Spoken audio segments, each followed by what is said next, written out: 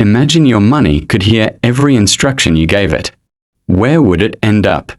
Would it quietly build your future, or disappear chasing today's desires? Most people think money has a spending problem. In reality, money has a leadership problem. It simply follows the decisions of the person holding it. Every paycheck receives an instruction. Some are told to buy status. Others are told to solve emergencies. A fortunate few are told to build freedom. Money has no ambition of its own. It doesn't wake up wanting to invest, save, or create wealth. It moves in the direction you repeatedly point it. Over the next few minutes, we are going to give your money 10 clear instructions, not because money needs to change, but because the person directing it does. Because the future of your finances isn't determined by what you earn. It's determined by what your money hears you say every single day. Before you ask your money to grow, teach it how to survive. Most people are excited by the idea of multiplying their wealth, but they often ignore the foundation that makes growth possible. One unexpected emergency, a medical bill, a job loss, or a major repair can force years of progress to disappear overnight. That's why protection comes before expansion. Warren Buffett famously said, "Rule number 1, never lose money. Rule number 2, never forget rule number 1." Buffett wasn't suggesting that investments never fluctuate. He was emphasizing the importance of avoiding permanent setbacks that are difficult to recover from. Think of your money like a young tree. Before it reaches for the sky, it needs roots, shelter, and time. A greenhouse doesn't make the tree grow faster. It simply protects it long enough to become strong. Give your money the same advantage. Build an emergency fund. Manage unnecessary risk. Protect what you've already earned. Because money that survives difficult seasons is the money that eventually has the chance to flourish. Only after your money is safe should you ask it to become bigger. A single paycheck can pay your bills, but it rarely builds lasting wealth. If every financial goal in your life depends on one source of income, your future is carrying more risk than you may realize. The wealthiest people don't simply work harder. They gradually teach their money to create more money. One investment produces another. One business funds the next. One skill creates opportunities that didn't exist before. This is the quiet power of multiplication. Morgan Housel writes in The Psychology of Money, "Wealth is what you don't see." Real wealth isn't always the expensive car parked outside or the designer clothes people admire. More often, it's the collection of productive assets quietly working behind the scenes, earning, growing, and compounding while no one is watching. Imagine a single acorn growing into a mighty oak. Years later, that same tree produces hundreds of new acorns, each with the potential to become a forest. That's how wealth grows, not by asking $1 to work forever, but by teaching every dollar to create another worker. Because the greatest investment doesn't simply earn a return. It creates the next opportunity to grow. Imagine hiring the smartest employee you could ever find and then asking them to sit in an empty office all day. It sounds absurd, yet that's exactly what many people unknowingly do with their money. Money without a purpose slowly loses its potential. Every dollar should have a clear assignment. Some dollars protect your family through an emergency fund. Others are invested for long-term growth. Some pay for education that increases your future earning power. Others provide liquidity for opportunities you haven't seen yet. The point isn't that every dollar must always be invested. The point is that every dollar should know why it exists. Peter Drucker, the father of modern management, famously said, "What gets measured gets managed." The same principle applies to money. When every dollar has a purpose, your financial decisions become intentional instead of reactive. Think of a machine filled with interconnected gears. If one important gear stops turning, the entire system loses efficiency. Money works the same way. Idle money isn't always safe money. Sometimes it's simply money waiting for leadership. So don't ask, "How much money do I have?" Ask a better question. What job is every dollar doing today? Because money without purpose rarely creates a purposeful future. Not every dollar should buy something you can hold. Some of the best dollars you'll ever spend buy access. Access to knowledge. Access to people. Access to opportunities that can change the direction of your life. Many people measure a purchase by what they receive today. The most successful investors often measure a purchase by the doors it opens tomorrow. A course that teaches a valuable skill, a conference where you meet future business partners. A mentor who helps you avoid years of expensive mistakes. A trip that introduces you to a new market. These investments don't always provide an immediate return, but they often change the quality of every decision that follows. Jim Rohn once said, "Your income seldom exceeds your level of personal development." That's because opportunities rarely arrive by accident. They usually appear where preparation and relationships already exist. Imagine standing before a massive locked door. You could spend years trying to push it open. Or you could invest in the right key. One key doesn't just open one room, it opens an entire hallway of possibilities. The same is true of your money. Don't ask it to buy more possessions. Ask it to introduce you to better opportunities, because one opportunity can accomplish what years of hard work alone sometimes cannot. For most of our lives, we work for money. We trade hours, effort, and energy for a paycheck. There is nothing wrong with that. It's where nearly every financial journey begins. But it shouldn't be where the journey ends. One of the most important instructions you can give your money in your 40s is this: one day, I want you to replace me. Not because work is bad, but because dependence is fragile. Warren Buffett once said, "If you don't find a way to make money while you sleep, you will work until you die." Think of your paycheck as the first runner in a relay race. It starts the journey. It builds momentum. But if it never passes the baton, eventually, the race ends.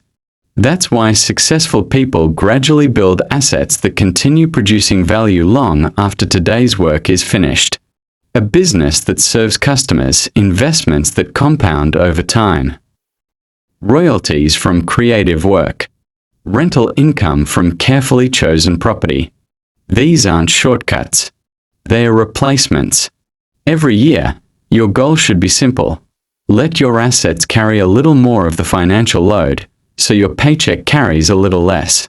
The greatest financial freedom isn't reaching the point where you never work again. It's reaching the point where you choose to work, because your money has finally learned how to work without you. But even if your money learns to work for you, there's still one silent force that can steal its value without asking permission: inflation. Imagine placing an ice sculpture in the middle of a warm afternoon. For the first few minutes, it looks exactly the same. Beautiful, solid, untouched. But slowly, almost invisibly, it begins to melt. Inflation works much the same way. Your bank balance may not change overnight. The numbers can look exactly the same. Yet over time, those same numbers quietly buy less food, less fuel, less freedom. Benjamin Graham, often called the father of value investing, reminded investors that the purpose of investing is not simply to seek returns, but to manage risk wisely. One of the greatest risks isn't dramatic, it's silent. Money that never grows eventually loses part of its purchasing power. This doesn't mean every dollar should be invested. Emergency savings have an important purpose. Cash needed in the near future should remain accessible. But money intended for the long term should have the opportunity to grow faster than the rising cost of living whenever appropriate for your goals and risk tolerance. Don't measure your wealth by the size of your account. Measure it by what your money can still accomplish years from now. Because wealth isn't preserved by standing still. It's preserved by ensuring your money keeps moving forward. And once your money begins growing, don't make the mistake of asking one place to carry your entire future. Imagine a magnificent tree standing through decades of storms. At first glance, it appears strong because of its towering trunk and wide branches. But its true strength isn't what you can see. It's hidden beneath the surface. Its roots spread in many directions, drawing nourishment from different parts of the soil. That's why it survives when weaker trees fall. Wealth works the same way. One employer can lose business. One customer can leave. One investment can disappoint. One industry can change.